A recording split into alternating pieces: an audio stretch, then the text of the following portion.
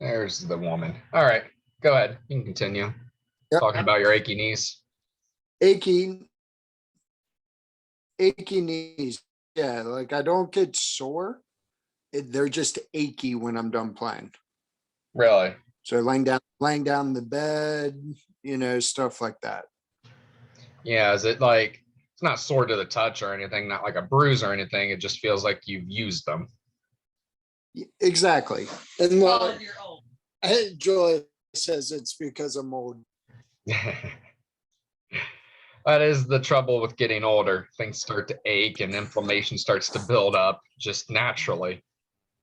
But no, when it comes to that kind of movement with pickleball, even though it isn't as extreme as lateral movement activity, bouncing back and forth as tennis would be, you're still on your toes. You're still trying to be prepared, jumping back and forth, leaning side to side, driving off laterally, and bounding back and forth on one foot.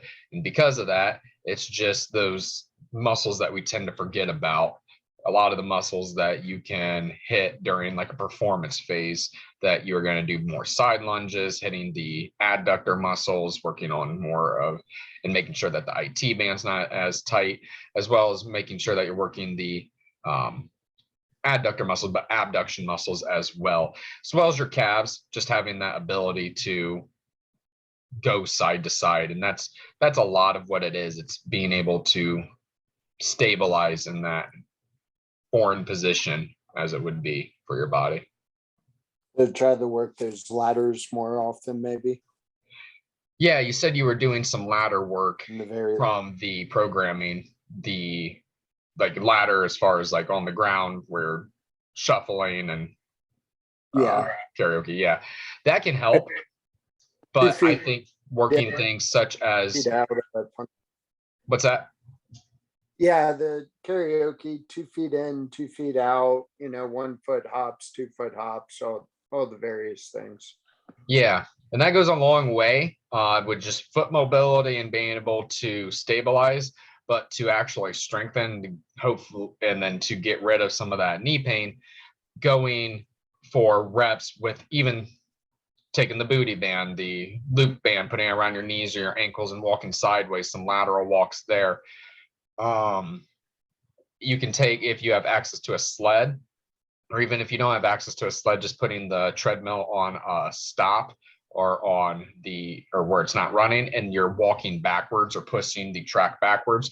And a lot of pulling a sled or being able to push a sled is going to help with the knees, because you are directly driving your knee over your toe with a safe load, because if you can't push the sled, if it's too heavy, it's not going to budge, unlike having a squat or a deadlift where there is some risk you're moving the weight, and the weight is also moving you.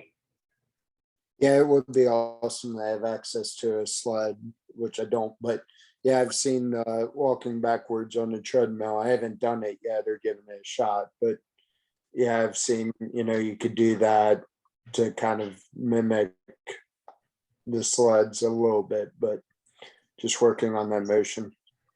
You have access to a turf at the gym, don't you? No, I don't. There's no turf there. Not that fancy. Not that fancy. Yeah.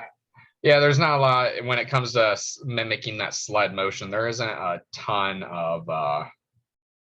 that you can really substitute with, other than the drags and different things. But I would work and definitely just making sure that your ankle mobility is solid.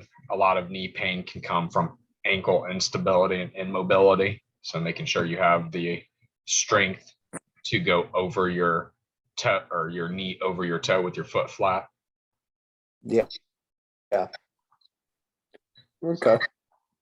But yeah, it's just real. And then after you're done with your sessions and after you're done with the pickleball, rolling out too, making sure that you're rolling out the muscles around and stretching out the muscles around the knee, the calf, the IT band, the quads, the hamstring.